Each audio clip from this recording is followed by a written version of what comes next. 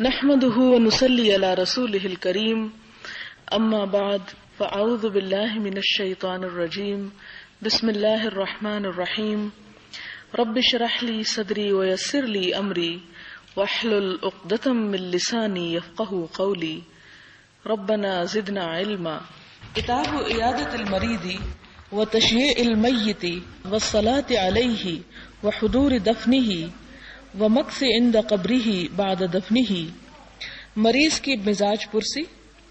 اس کے جنازے کے ساتھ جانے، اس پر نماز جنازہ پڑھنے، اس کی تدفین کے وقت حاضر رہنے اور تدفین کے بعد اس کی قبر کے پاس ٹھہرنے کا بیان.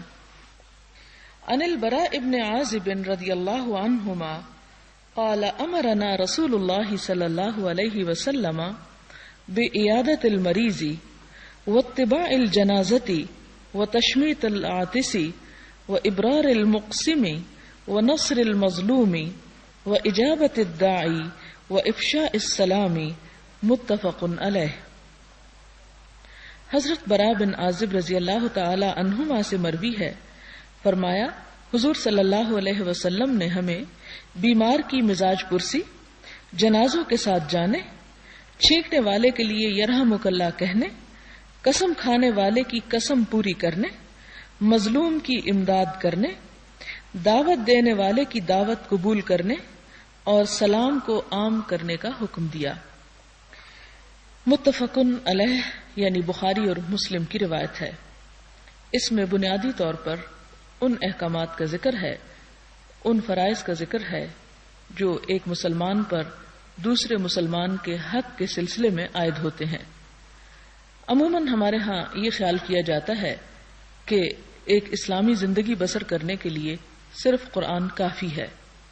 لیکن آپ دیکھیں کہ ان میں سے بہت سی چیزیں ایسی ہیں کہ جن کا قرآن پاک میں ذکر ہی نہیں. مثال کے طور پر آپ دیکھیں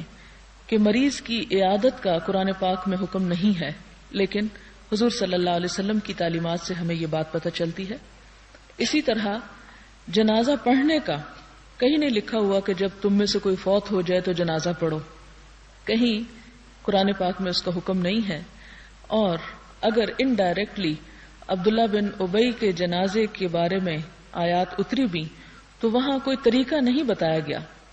تو یہ تمام چیزیں زندگی گزارنے کی اور ایک اسلامی طریقے کے مطابق زندگی گزارنے کے لیے ضروری ہے کہ ہم سنت رسول اور حدیث رسول صلی اللہ علیہ وسلم سے استفادہ کریں. یہاں پر ہم دیکھتے ہیں کہ جو ایک اسلامی اخلاق کے طور پر جو چیزیں ہم پر عائد ہوتی ہیں اس میں سب سے پہلی چیز ہے کہ بیمار کی مزاج پرسی کرنے کا حکم دیا گیا، کہ جب کوئی شخص بیمار پڑ جائے تو اس کا حال پوچھا جائے. اور حال پوچھنے میں صرف مراد یہ نہیں کہ زبانی اس کا اتنا پوچھ لیا جائے کہ کیا حال ہے، بلکہ یہ چیز بھی شامل ہوتی ہے کہ اگر وہ تمہاری کسی مدد کا محتاج ہے، کسی مادی مدد کا یا دعا کا محتاج ہے، تو اس کی عیادت اس کے ساتھ بھی کرنی چاہیے. کیونکہ ہم آئندہ احادیث میں دیکھیں گے کہ آپ صلی اللہ علیہ وسلم جس وقت کسی بیمار کی عیادت کے لیے جاتے تو اس مریض کے لیے دعا بھی کیا کرتے تھے، یعنی عیادت میں دعا بھی شامل ہے. اس کے بعد دوسری چیز ہے جنازے کے ساتھ جانے کا آپ نے حکم دیا، یعنی اگر کوئی فوت ہو جائے، اور یہ حکم جو ہے مردوں کے لیے ہے، عورتوں کو جنازے کے ساتھ جانے سے منع کیا گیا ہے. آپ صلی اللہ علیہ وسلم نے خود اس سے روکا ہے، اور اس کی بنیادی وجہ یہ ہے کہ عورتیں کمزور دل ہوتی ہیں اور غم کو بمشکل برداشت کرتی ہیں، اور اگر جنازے کے ساتھ جائیں تو ہو سکتا ہے کہ بعض اوقات وہ سارے منظر کو، جس طرح مردے کو زمین کے اندر اتارا جاتا ہے اور رکھا جاتا ہے اور پھر مٹی ڈالی جاتی ہے، اس کو برداشت نہ کر سکیں. اور ویسے بھی وہ ایک ایسا محترم مقام ہوتا ہے کہ جس میں عورت چونکہ ایک زینت کی چیز ہے تو اس سوگ والی جگہ پر اس کا جانا پھر مناسب نہیں. پھر اسی طرح اگلا حق جو ہے ایک مسلمان کا دوسرے مسلمان پر تشمیت العاطس کہ چھینک کا جواب دیا جائے. اس کا بھی قرآن پاک میں کہیں حکم نہیں، یہ بھی ہمیں سنت سے معلوم ہوتا ہے، اور ایسا کرنا مسلمان کا حق ہے اور باعث اجر ہے. اسی طرح ابرار المقسم، قسم کھانے والے کی قسم پوری کرنا. اس کا مطلب یہ ہے کہ مثلاً کوئی شخص اگر آپ پر قسم ڈالے کہ میری تم پر قسم کہ تم فلاں جگہ جاؤ مثلاً، یا میں تمہیں ایک بات بتاتا ہوں لیکن ساتھ ہی تمہیں قسم دیتا ہوں کہ تم یہ بات کسی اور کو نہ بتانا، تو اس قسم کو بھی پورا کرنا چاہیے۔ دو طرح سے قسم کھائی جاتی ہے، ایک تو یہ کہ انسان خود قسم کھاتا ہے کسی سے بات کرتے ہوئے، کسی سے عہد کرتے ہوئے کہ میں اس بات پر قسم کھا کر عہد کرتا ہوں کہ میں یہ کام نہیں کروں گا یا کوئی کام کروں گا، اور دوسرا یہ ہے کہ انسان خود اپنی زبان سے قسم کا لفظ نہیں بولتا، دوسرا شخص اس پر قسم ڈال دیتا ہے، جسے ہم قسم ڈالنا کہتے ہیں۔ تو اب اگر کوئی شخص یہ کہے کہ اس نے مجھ پہ ڈالی تھی، میں نے تو قسم نہیں کھائی، اس لیے اگر میں نہ پورا کروں تو میں گناہگار نہیں ہوں، نہیں، یہاں پر اس کا بھی حکم دیا جا رہا ہے کہ اگر کوئی دوسرا شخص قسم دے کر کوئی بات کا عہد لے تو اس کو بھی پورا کیا جانا چاہیے۔ اس کے بعد مظلوم کی امداد کرنے، یعنی جس پر ظلم ہوا ہو، اور ظلم ہے کسی کے حق میں کوئی کمی ہو جانا، کسی کی جان یا مال یا کسی بھی چیز میں جو کسی کا حق تھا اسے نہ ملے، تو جو شخص وہ حق دلوا سکتا ہو اسے وہ دلوانا چاہیے۔ اور دعوت دینے والے کی دعوت قبول کرنے، یعنی اگر کوئی شخص کسی کو کھانے پر بلاتا ہے یا اپنے کسی اور خوشی غمی میں مدعو کرتا ہے تو ایسی صورت میں اس کا جواب دینا، یعنی جواب دینے سے مراد یہ نہیں کہ انکار کرنا، بلکہ جواب دینے سے مراد یہ ہے کہ اس دعوت کو قبول کرنا اور اس کو اٹینڈ کرنا جو ہے یہ بھی مسلمان کا حق ہے۔ اور اسی طرح سلام کو عام کرنے کا حکم دیا کہ کثرت سے سلام جو ہے وہ پھیلایا جائے۔ ایک تو یہ ہے کہ اس کلمے سے باہم محبت بڑھتی ہے، اور دوسرا ایک دوسرے کے ساتھ تعلق بڑھتا ہے۔ سلام ہی وہ چیز ہے، وہ بریکنگ پوائنٹ ہے کہ جس میں ایک سکوت یا ایک خاموشی ٹوٹتی ہے اور دو لوگوں کو بات کرنے کا موقع ملتا ہے، اور اگر اس کا اہتمام نہ کیا جائے تو پاس رہنے والے لوگ بھی ایک دوسرے کے لیے اجنبی ہو جاتے ہیں۔ اس میں گھر کے اندر بھی اس چیز کو رواج دینا چاہیے، صبح اٹھنے کے بعد بچوں کو سلام کرنا، یا بچے والدین کو سلام کریں، والدین آپس میں ایک دوسرے کو سلام کریں۔ گھر میں داخل ہوتے وقت تو خاص طور پر قرآن پاک میں بھی حکم ہے کہ جب تم گھر میں داخل ہو تو گھر والوں کو سلام کیا کرو یا اپنے آپ پر سلام کیا کرو۔ تو یہ مسلمان کی ایک بنیادی اخلاقی تعلیمات ہیں جس کا اہتمام جو ہے ضروری ہے۔ اگلی حدیث ہے، حضرت ابو ہریرہ سے مروی ہے کہ حضور صلی اللہ علیہ وسلم نے فرمایا، ایک مسلمان کے دوسرے مسلمان پر 5 حقوق ہیں: سلام کا جواب دینا، مریض کی مزاج پرسی کرنا، جنازوں کے ساتھ جانا، دعوت دینے والے کی دعوت قبول کرنا، اور چھینکنے والے کے لیے یرحمک اللہ کہنا، یعنی اللہ تم پر رحم کرے، جس کی وضاحت پیچھے کافی تفصیل سے گزر چکی ہے۔ یہ بھی بخاری اور مسلم کی حدیث ہے۔ تیسری حدیث حضرت ابو ہریرہ رضی اللہ تعالی عنہ سے مروی ہے، فرماتے ہیں کہ حضور صلی اللہ علیہ وسلم نے فرمایا، بے شک قیامت کے دن اللہ تعالیٰ ارشاد فرمائے گا، اے ابن آدم، میں بیمار ہوا اور تو نے میری مزاج پرسی نہ کی۔ بندہ عرض کرے گا، اے پروردگار، میں آپ کی بیمار پرسی کیسے کرتا، جبکہ آپ تو تمام جہانوں کے پالنے والے ہیں۔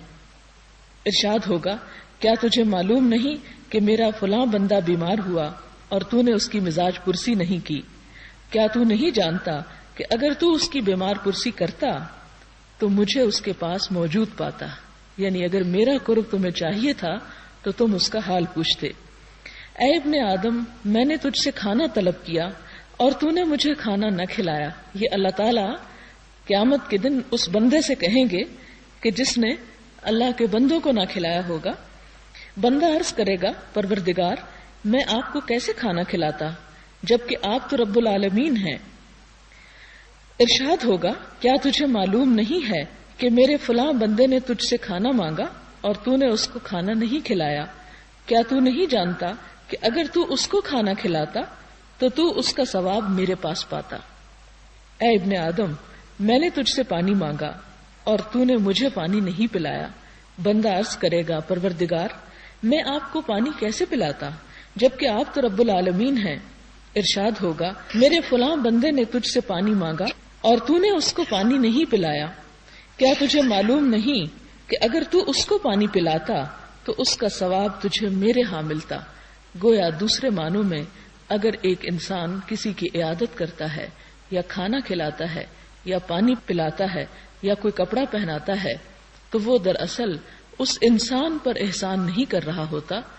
اس کو کچھ نہیں دے رہا ہوتا، وہ دراصل اپنے رب کے اوپر اپنا حق رکھ رہا ہوتا ہے جسے وہ قیامت کے دن وصول کرے گا۔ گویا اللہ کے بندوں کے ساتھ بھلائی اور خیر خواہی کرنا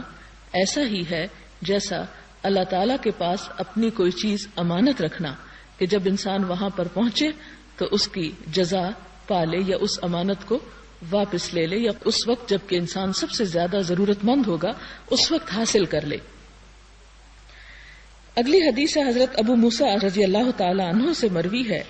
فرمایا کہ حضور صلی اللہ علیہ وسلم نے فرمایا، مریض کی بیمار پرسی کرو،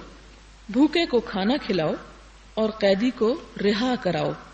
اس میں دو باتیں تو وہی ہیں، ایک تو بیمار کی بیمار پرسی اور دوسرا بھوکے کو کھانا کھلانا، اور تیسری بات یہاں نئی ہے کہ قیدی کو رہا کرانا، کیونکہ آزادی انسان کا بنیادی حق ہے اور اس حق کا اسلام نے تحفظ کیا ہے۔ جیسا کہ آپ جانتے ہیں کہ مقاصد شریعہ میں سے یہ بات ہے کہ انسان کی جان کی حفاظت، انسان کی عقل کی حفاظت، ایمان کی حفاظت، اس کے مال کی حفاظت، اس کی عزت و آبرو کی حفاظت۔ تو جان کی حفاظت اور آزادی جو ہے اسی میں شامل ہے۔ تو اگر کوئی شخص ناحق طور پر قید کر لیا گیا ہو تو اس کو چھڑا دینا چاہیے، چھڑانے کے لیے جدوجہد کرنی چاہیے۔ بعض اوقات کئی لوگ بلا وجہ الزام میں دھر لیے جاتے ہیں اور ان کو پکڑ کر بند کر دیا جاتا ہے، تو ایسے لوگوں کی مدد کرنا جو ہے وہ بھی کار ثواب ہے۔ اگلی حدیث حضرت ثوبان سے مروی ہے کہ حضور صلی اللہ علیہ وسلم نے فرمایا، جب کوئی مسلمان اپنے کسی مسلمان بھائی کی بیمار پرسی کرتا ہے تو وہ جنت کے پھلوں میں رہتا ہے جب تک کہ واپس نہیں لوٹتا۔ عرض کیا گیا، یا رسول اللہ صلی اللہ علیہ وسلم، خرفت الجنہ سے کیا مراد ہے؟ فرمایا جنت کے پھل، یعنی کسی بیمار کے پاس جانا اور اس کے پاس بیٹھنا یا اس کی خدمت کرنا یا اس کی ضروریات کو پورا کرنا، یہ ایسا ہی ہے جیسا انسان کہیں جنت میں پہنچ جائے اور اس کے پھل حاصل کرے یا کھائے اور یا ان کے درمیان میں موجود ہو۔ دیکھنے میں بظاہر یہ کام نہایت ناگوار ہوتا ہے۔ بظاہر انسان جب کسی مریض کے پاس جاتا ہے تو بعض اوقات یہ وسوسے بھی آتے ہیں کہ کہیں ایسا نہ ہو کہ اس کا انفیکشن یا اس کے وائرس جو ہے میں کیچ نہ کر لوں، یا یہ کہ بیمار عموماً اپنی صفائی اور اپنی ضروریات کا پوری طرح خیال نہیں رکھ سکتا، تو بعض بیماروں کی تیمارداری کرنے میں بہت سے ناگوار کام کرنے بھی پڑتے ہیں، ایسے کام کہ جن کو انسان کی طبیعت نہیں مانتی۔ تو ان کاموں کو خوشی خوشی کر لینے کا صلہ اللہ تعالیٰ نے جنت کے پھلوں کی شکل میں عطا کیا۔ اور پھل عربی زبان میں فاکہہ کا مطلب ہوتا ہے پھل، اور فاکہہ کا مطلب خوش ہونا بھی ہوتا ہے۔ پھل ایسی چیز ہے کہ مثلاً آپ کسی دکان کے باہر سے گزر رہے ہوں اور وہاں خوبصورت پھل پڑے ہوں تر و تازہ، اگرچہ آپ ان کو نہ خریدیں، اگرچہ آپ ان کو نہ کھا سکیں، لیکن صرف پھلوں کا نظارہ ہی ایسی چیز ہوتی ہے کہ جس سے انسان کا دل خوش ہوتا ہے۔ تو اسی لیے یہاں پر فرمایا کہ وہ گویا جنت کے پھلوں میں ہے، کہ بظاہر یوں محسوس ہوتا ہے کہ وہ ناگوار حالات میں مریض کے پاس ہے اور اس کی گندگی اور اس کی نجاستوں کے درمیان ہے، لیکن اللہ تعالیٰ کے ہاں وہ شخص ایسا ہی ہے جیسے جنت میں بیٹھا ہو۔ حضرت علی رضی اللہ تعالی عنہ سے مروی ہے، فرمایا میں نے حضور صلی اللہ علیہ وسلم کو یہ فرماتے سنا، جو مسلمان بھی صبح کے وقت کسی مسلمان کی بیمار پرسی کرتا ہے 70,000 فرشتے شام تک اس کے لیے دعا کرتے رہتے ہیں، اور اگر وہ شام کے وقت اس کی بیمار پرسی کرے تو 70,000 فرشتے صبح تک اس کے لیے دعا کرتے رہتے ہیں، اور جنت میں اس کے لیے چنے ہوئے پھل ہوں گے۔ یعنی جنت کے اگرچہ سارے پھل بڑے عمدہ ہیں لیکن اس میں سے بھی بہترین پھل اس کا انتظار کر رہے ہیں۔ اس میں آپ دیکھیں کہ اگر انسان مثلاً نفل پڑھتا ہے یا کوئی وظیفہ پڑھتا ہے یا کوئی دعائیں اپنے لیے کرتا ہے تو ایک انسان صرف اپنے لیے اکیلا کر رہا ہوتا ہے، لیکن جب انسان کسی بیمار کی تیمارداری کرتا ہے یا اس کی بیمار پرسی کر لیتا ہے تو ایک نہیں، 1,000 نہیں، 70,000، اور وہ بھی انسان نہیں فرشتے کہ جو بالکل پاک مخلوق ہیں، وہ انسان کے حق میں دعائیں کرتے ہیں۔ لیکن عموماً ان معاملات میں ہم غفلت برتتے ہیں اور ان کو وہ اہمیت نہیں دیتے کہ جو دینی چاہیے، اور یہ دل میں اہمیت اسی وقت آ سکتی ہے کہ جب انسانوں کے دل میں انسانوں کی قدر اور محبت ہو۔ پھر اسی طرح اگلی حدیث ہے، حضرت انس رضی اللہ تعالی عنہ سے مروی ہے، فرمایا ایک یہودی لڑکا حضور صلی اللہ علیہ وسلم کی خدمت کیا کرتا تھا، وہ بیمار پڑ گیا، تو حضور صلی اللہ علیہ وسلم اس کی بیمار پرسی کے لیے تشریف لے گئے. حضور صلی اللہ علیہ وسلم اس کے سرہانے بیٹھے اور اس سے فرمایا اسلام قبول کر لو. اس نے اپنے باپ کی طرف دیکھا جو اس کے پاس ہی تھا. اس نے کہا ابو القاسم صلی اللہ علیہ وسلم کا حکم مانو. تو وہ لڑکا اسلام لے آیا. حضور صلی اللہ علیہ وسلم باہر تشریف لائے تو آپ فرما رہے تھے الحمدللہ الذی انقذہ من النار. تمام تعریفیں اللہ تعالیٰ کے لیے ہیں جس نے اس کو آگ سے نجات عطا فرمائی. اس حدیث میں کئی ایک حکمت کی باتیں ہیں اور ہمارے لیے رہنمائی کی باتیں. نمبر 1 تو یہ کہ ایک یہودی آن حضور صلی اللہ علیہ وسلم کی خدمت میں تھا، جس سے یہ پتہ چلتا ہے کہ انسان صرف مسلمان خادم ہی نہیں غیر مسلم خادم بھی رکھ سکتا ہے. یعنی اسلام اس سے منع نہیں کرتا کہ آپ کے خادموں میں سے کوئی شخص غیر مسلم ہو. مثلا بعض گھروں میں کرسچن لوگ کام کرتے ہیں، بعض اوقات وہ برتن بھی دھوتے ہیں، بعض اوقات جھاڑو لگاتے ہیں، بعض اوقات یہ کہ کپڑے وغیرہ دھوتے ہیں، اور اسی طرح کے بے شمار کام ہو سکتے ہیں. یا آپ کسی ایسے ملک میں ہو سکتے ہیں کہ جہاں مسلمان کی بجائے کسی غیر مسلم سے آپ کو کچھ معاملہ کرنا پڑے، تو اس کی ممانعت نہیں ہے. اور آپ دیکھیں کہ یہاں پر عیسائی بھی نہیں، یہودی. حالانکہ دوسری طرف قرآن پاک میں واضح طور پر آتا ہے کہ اہل ایمان سے سب سے زیادہ عداوت یہود اور وہ لوگ رکھتے ہیں جو شرک کرتے ہیں، یعنی مشرکین. لیکن اس کے باوجود تمام انسان اللہ تعالیٰ کی مخلوق ہے اور اس کے ساتھ انسان کو ہمدردی ہونی چاہیے. اور اگر کوئی یہودی یا کوئی عیسائی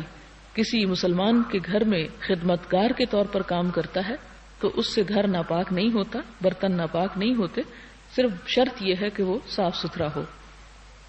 دوسری بات یہ ہے کہ وہ بیمار پڑ گیا تو آپ نے بیمار پرسی کی. اس سے آپ کا عظیم اخلاق پتہ چلتا ہے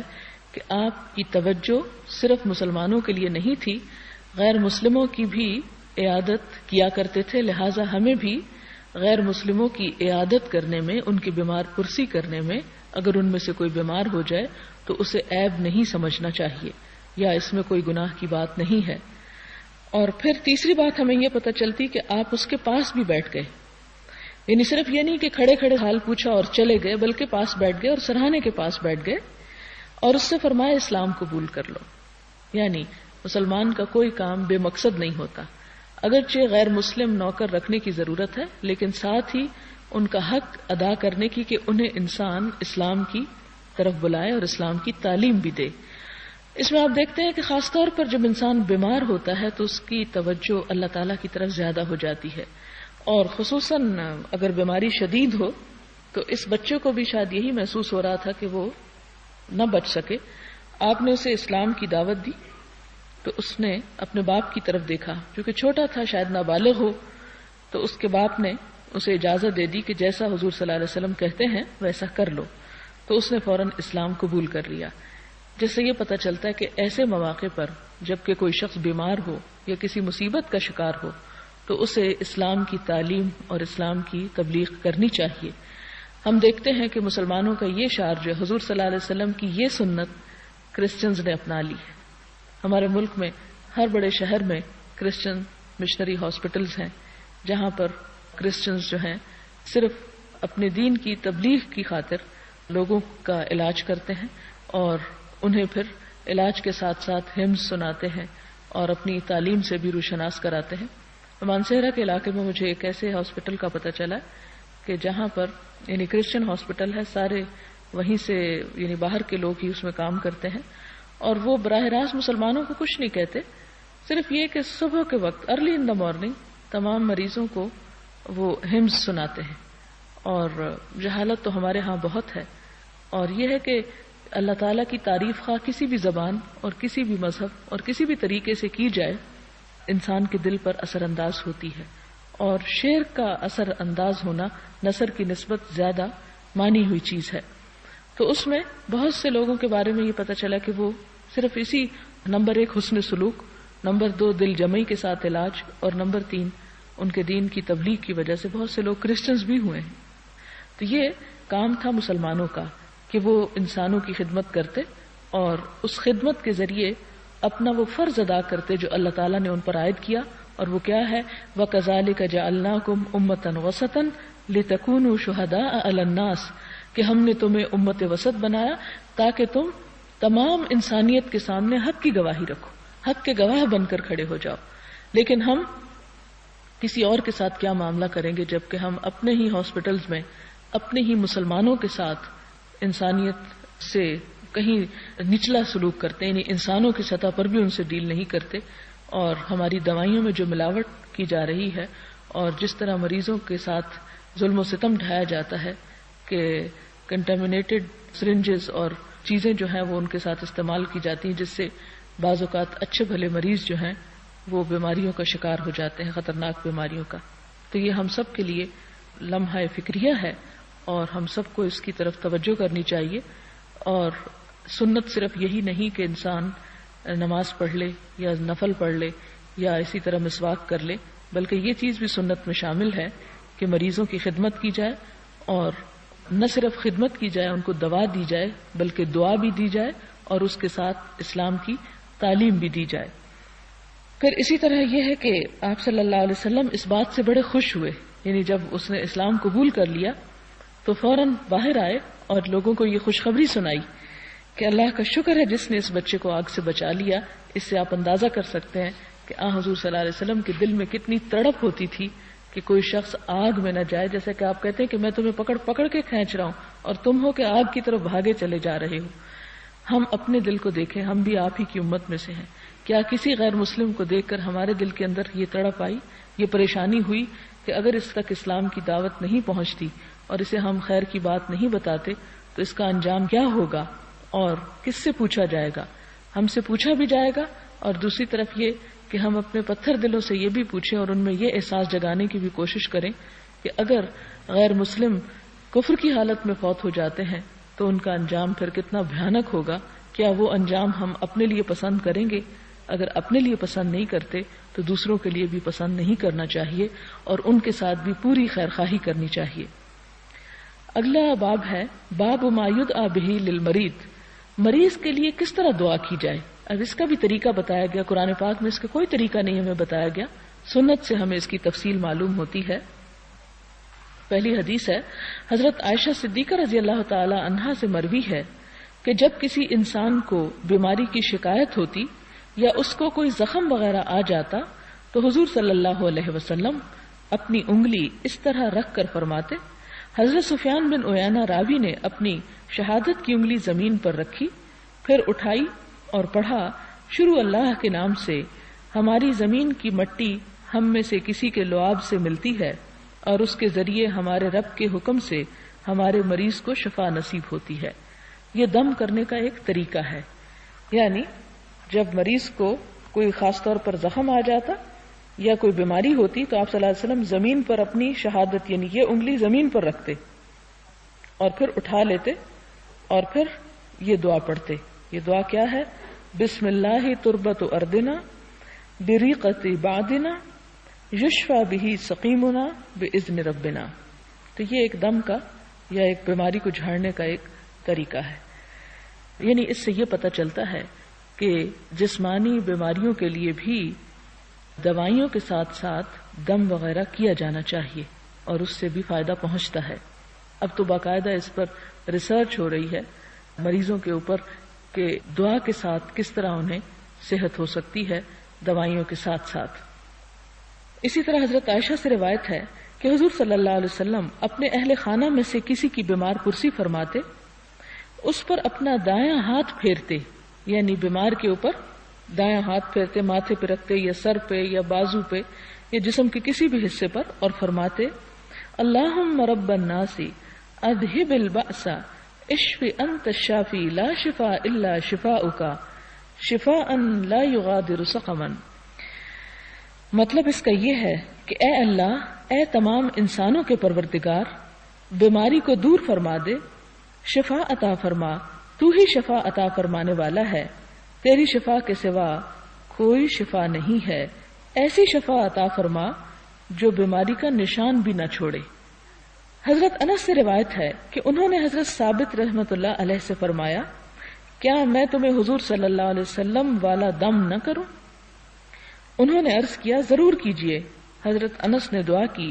اے اللہ تمام انسانوں کے پروردگار، اے ہماری بیماری کو دور فرمانے والے، شفا عطا فرما، تو ہی شفا عطا فرمانے والا ہے، تیرے بغیر کوئی شفا دینے والا نہیں، ایسی شفا عطا فرما جو بیماری کو باقی نہ چھوڑے۔ عربی دعا کے الفاظ ہیں اللہم رب الناس مذہب البأس اشفی انت الشافی لا شافی الا انت شفاء لا یغادر سقما۔ پھر حضرت سعد بن ابی وقاص رضی اللہ تعالی عنہ سے روایت ہے کہ حضور صلی اللہ علیہ وسلم نے میری بیمار پرسی کی اور دعا کی، اے اللہ سعد کو شفا عطا فرما، اے اللہ سعد کو شفا عطا فرما، اے اللہ سعد کو شفا عطا فرما۔ کتنے سمپل لفظ ہیں، صرف یہ کہ تکرار زیادہ ہے، اصرار زیادہ ہے، کہ صرف ایک دفعہ نہیں بار بار دعا کرنی چاہیے، اور اگر دعا بہت لمبی چوڑی نہ بھی کی جا سکے تو صرف اتنا ہی کہہ دینا کافی ہے کہ اے اللہ فلاں کو صحت عطا فرما، یعنی نام لے کر۔ حضرت ابو عبداللہ عثمان بن ابی العاص رضی اللہ تعالی عنہ سے مروی ہے کہ انہوں نے حضور صلی اللہ علیہ وسلم کی خدمت میں شکایت کی کہ وہ جسم میں درد محسوس کرتے ہیں۔ حضور صلی اللہ علیہ وسلم نے ان سے فرمایا، جسم کے جس حصے میں تمہیں درد ہے وہاں ہاتھ رکھو، یعنی خود اپنا ہاتھ وہاں رکھ دو، 3 دفعہ بسم اللہ پڑھو اور پھر 7 مرتبہ یہ دعا پڑھو، اعوذ بعزت اللہ وقدرتہ من شر ما اجد واحاذر۔ مطلب ہے اس کا، میں اللہ تعالیٰ کی عزت اور قدرت کی پناہ مانگتا ہوں اس تکلیف سے جو میں محسوس کرتا ہوں اور میں ڈرتا ہوں۔ یعنی یہ دعا کس طرح؟ 3 مرتبہ بسم اللہ الرحمن الرحیم اور پھر 7 مرتبہ یہ دعا پڑھی جائے تو اللہ تعالیٰ کے فضل سے شفا ہوگی۔ حضرت ابن عباس رضی اللہ تعالی عنہما سے مروی ہے، وہ حضور صلی اللہ علیہ وسلم سے روایت کرتے ہیں کہ آپ نے فرمایا، جو شخص کسی ایسے مریض کی بیمار پرسی کرے جس کی موت کا ابھی وقت نہ آیا ہو اور اس کے پاس 7 مرتبہ یہ پڑھے، عربی عبارت ہے اسأل اللہ العظیم رب العرش العظیم ان یشفیک، مطلب یہ ہے کہ میں عظیم خدا سے جو عرش عظیم کا مالک ہے سوال کرتا ہوں کہ وہ تجھے شفا عطا فرمائے، تو اللہ تعالیٰ اس مریض کو اس مرض سے نجات عطا فرما دیتا ہے، یعنی اگر موت نہ لکھی ہو تو شفا ہو جائے گی۔ حضرت ابن عباس رضی اللہ تعالی عنہما سے روایت ہے کہ حضور صلی اللہ علیہ وسلم ایک اعرابی کے پاس آئے، اس کی عیادت کے لیے تشریف لے گئے، اور آپ کسی کے پاس بیمار کی بیمار پرسی کے لیے تشریف لے جاتے تو فرماتے لا بأس طہور انشاءاللہ، کوئی بات نہیں، انشاءاللہ یہ بیماری گناہوں سے پاک کر دینے والی ہے۔ حضرت ابو سعید خدری رضی اللہ تعالی عنہ سے روایت ہے کہ حضرت جبریل حضور صلی اللہ علیہ وسلم کے پاس آئے اور کہا، اے محمد صلی اللہ علیہ وسلم، کیا آپ کو بیماری کی شکایت ہے؟ فرمایا ہاں۔ حضرت جبریل علیہ السلام نے فرمایا، میں اللہ کے نام سے آپ کو دم کرتا ہوں، ہر اس شے سے جو آپ کو تکلیف پہنچائے اور ہر نفس اور ہر حسد کرنے والی آنکھ کے شر سے اللہ آپ کو شفا عطا فرمائے گا، میں اللہ کے نام سے آپ کو دم کرتا ہوں۔ عربی عبارت ہے بسم اللہ ارقیک من کل شیء یؤذیک ومن شر کل نفس او عین حاسد اللہ یشفیک بسم اللہ ارقیکا۔ اس کو مسلم نے روایت کیا ہے۔ حضرت ابو سعید خدری رضی اللہ تعالی عنہ سے مروی ہے اور حضرت ابو ہریرہ رضی اللہ تعالی عنہ سے بھی کہ ان دونوں نے گواہی دی کہ حضور صلی اللہ علیہ وسلم نے یہ فرمایا، جس شخص نے کہا اللہ کے سوا کوئی عبادت کے لائق نہیں، یعنی لا الہ الا اللہ واللہ اکبر، اور اللہ سب سے بڑا ہے، تو اس کا رب اس کی تصدیق کرتا ہے اور فرماتا ہے میرے بغیر کوئی عبادت کے لائق نہیں اور میں سب سے بڑا ہوں۔ اور اگر بندہ کہے اللہ تعالیٰ کے سوا کوئی عبادت کے لائق نہیں، وہ واحد ہے، اس کا کوئی شریک نہیں، تو آپ نے فرمایا اللہ تعالیٰ فرماتا ہے کوئی عبادت کے لائق نہیں سوائے میرے اور میں واحد ہوں، میرا کوئی شریک نہیں۔ اور اگر بندہ کہے کوئی عبادت کے لائق نہیں سوائے اللہ کے، بادشاہی اسی کی ہے اور اسی کے لیے تمام تعریفیں ہیں، تو اللہ تعالیٰ فرماتا ہے کوئی عبادت کے لائق نہیں سوائے میرے ہی لیے تمام تعریفیں ہیں اور بادشاہی میرے ہی لیے ہے۔ اور اگر بندہ کہے کوئی عبادت کے لائق نہیں سوائے اللہ کے، اور اللہ تعالیٰ کے سوا کسی کے پاس نہ کوئی طاقت ہے نہ قوت۔ تو اللہ تعالیٰ ارشاد فرماتا ہے کوئی عبادت کے لائق نہیں سوائے میرے، اور نہ میرے سوا کسی کے پاس کوئی طاقت اور قوت ہے۔ تو حضور صلی اللہ علیہ وسلم فرمایا کرتے تھے کہ جو شخص حالت مرض میں یہ کلمات کہے اور پھر فوت ہو جائے اس کو آگ نہیں کھائے گی۔ کون سے کلمات؟ لا الہ الا اللہ واللہ اکبر، لا الہ الا اللہ وحدہ لا شریک لہ، اور پھر لا الہ الا اللہ لہ الملک ولہ الحمد، اور لا حول ولا قوۃ الا باللہ۔ یہ کلمات جو ہیں ان کو آپ نشان لگا سکتے ہیں کہ بیماری کی حالت میں انسان کو پڑھنے چاہیے، یعنی یہ بیماری کا خاص ذکر ہے۔